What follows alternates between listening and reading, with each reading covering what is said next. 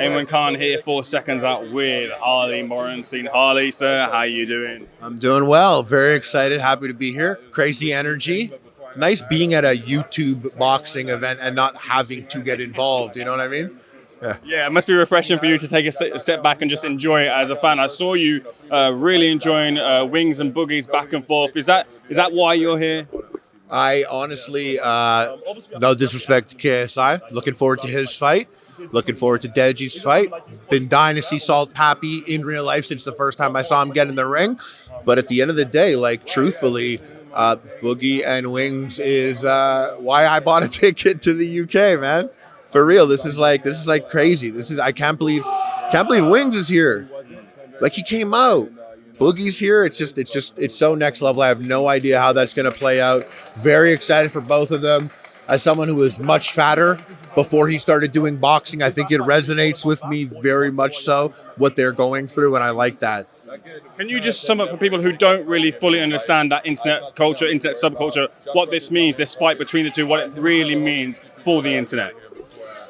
I mean, this is, I think Boogie versus Wings is the epitome of what influencer boxing is. You know, I think a lot of people forget that influencer boxing is sports entertainment, and I think the entertainment part gets kind of put to the wayside where, you know, people want to pretend that they're athletes and stuff, but, you know, at its core, it's entertainment. And, you know, Boogie is an entertainer. Wings, whether he likes it or not, is going to entertain people in ways that, whether he likes it or not, that's how it happens.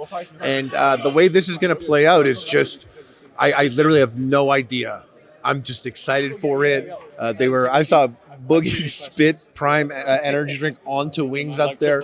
Yeah, Wings had some good rips there. You know, I think he said that he saw a flight of stairs almost put Boogie out. So, you know, I'm happy for them. I know some people look at it like it's a circus act type thing, and I could see that. But for my first fight, when I took the offer for my first fight, it would have been borderline circus act type thing. So I'm not going to downplay what they're going through and what they're doing. And, you know, I'm happy for them. Yeah. In terms of people, they kind of look maybe unfavorably on the two in the ring, Wings and Boogie. Do you feel this could be the kickstart of maybe some positive press maybe for them and growth as people, I guess? I don't think aiming for positive press is the best thing. I don't think the discourse on, you know, social media is always the best deciding factor. You know, sometimes people that might agree with you might not be out there and saying something. The people that are like, hey, Wings, hey, Boogie, great job. They just think that. They think great job. They don't go and necessarily tweet it out. So, you know, I don't think they need to stress about what the press will be or what the social discourse will be. It's black and white.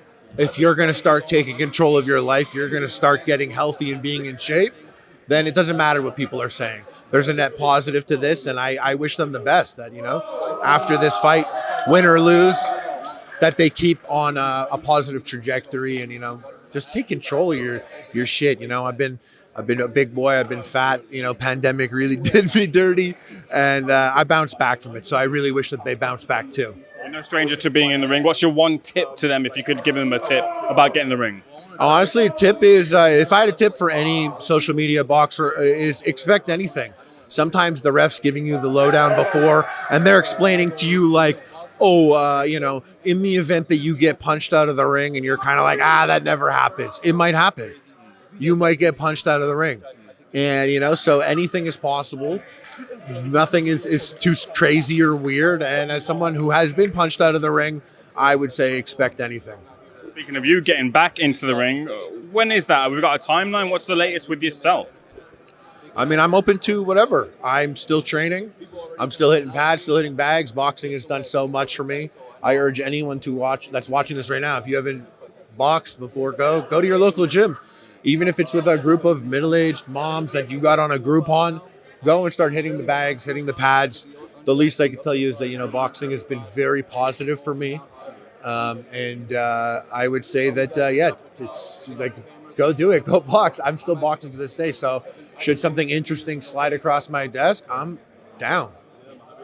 A creator clash happened a few weeks back. I know you had a vested interest in that, seeing John Hennig get in the ring, and he performed very well. He then also called out some of the big boys. Would you like to see John against the likes of KSI, the Logan Paul, the Jake Pauls of the world? Honestly, I don't really care who John boxes next, but he better fucking win. because I think I boxed badly that night. I did box badly that night. And I mean, if he goes out there, he's a guy that beat the shit out of me. So if he's going to box any of these guys, he better beat the shit out of them. I don't want to see him out here losing now, because that's my name on the line too, attached to him. So if he's going to box anyone, it better be good. And I'll be honest, not that I think his technique is even close, but John's a tough guy. And I think, I don't think Salt Pappy's really getting the top clout fighters that he deserves from his skill level. And shit, I'd buy a ticket to go see Salt Pappy and John Hennigan, you know. But then again, I'd buy a ticket to any of Salt Pappy's fights, so it's not saying that much. It seems like the epitome of this scene is KSI versus Jake Paul. Do you think we'll see that fight, and who's your favorite in that fight? KSI versus Jake Paul. I mean, at the end of the day, Jake Paul has a loss. KSI is pretty clean. It depends how this is going to play out with, you know, who will have leverage in the conversations moving forward. But let's be real, you know, if we're following anime rules here and how that plays out, then the true ending of influencer boxing is Logan versus Jake. And we don't really talk about that a lot because we're doing the KSI thing. And KSI might dead that right away. He might, you know, he might end Joe, might get that fight with Jake, might end Jake. Then there's really no discussion. But in the event that there is, I mean, maybe I am just caught up in the anime arc of it, but I do like the idea of a Jake versus Logan one day. Yeah, no one's ever talked about that. Let's delve into that more. Who's the favorite in that one between the two brothers? A really good idea. You asked me a couple years ago, I would have said Logan for sure with the height and all that, but Jake is just... The one thing about this guy is he just doesn't slow down, right? He's like really about it. And while other people take dips to go focus on something else, equally important stuff, whatever it is, it seems like Jake has been laser focused on boxing this entire time. You know, if it takes 10,000 hours, 10 years to become a master at something, this guy will do it in record time. He has the money, he has the time, and he clearly has the dedication. So say what you will about the Paul brothers, or say what you will about YouTube boxing. I think the people that we have at the top of this game are kind of, you know, they're putting on a good look for, you know, influencers, you know, and a space, an industry that only has the dumbest people putting a bad look on the rest of them. I think they're doing all right. So I'm kind of happy with the space. One of the things I want to touch on, there was some fallout in the Creator Clash considering Froggy Fresh's absence from the card and Sam Hyde's influence or non-influence on the card. I just wonder what you make of the fallout. Idubbbz released a video on that kind of saying, I don't want to be involved with him. What's your position having seen everything? I mean, I trained with Sam. He really did a lot for me when I was in Rhode Island working out with him and sparring with him. He did do a ton for me. I've always been a fan of Froggy Fresh, was really looking forward to him boxing. Friends with Ian. I talked to Ian. I think it's like such a non-issue. Ian's like, I don't like that guy. Here's why. I didn't want Froggy Fresh boxing on my thing. Here's why. I'm like, oh, I get that. As someone who knows all of these people, who has met all of these people, I literally look at it and I'm like, this is a non-issue. You have to be chronically online to take anything from this as it is completely normal, adult, and logical. And I think people that have an issue with how it's played out just don't really have a lot of experience in these type of scenarios or situations. Say, final question on this. Could you ever conceive where the two of them can meet and be friends? It'd be a nice little end to it, I guess. No, I don't think they would ever be friends. And why? It's not. You don't have to be. I mean, I actually civil, I guess.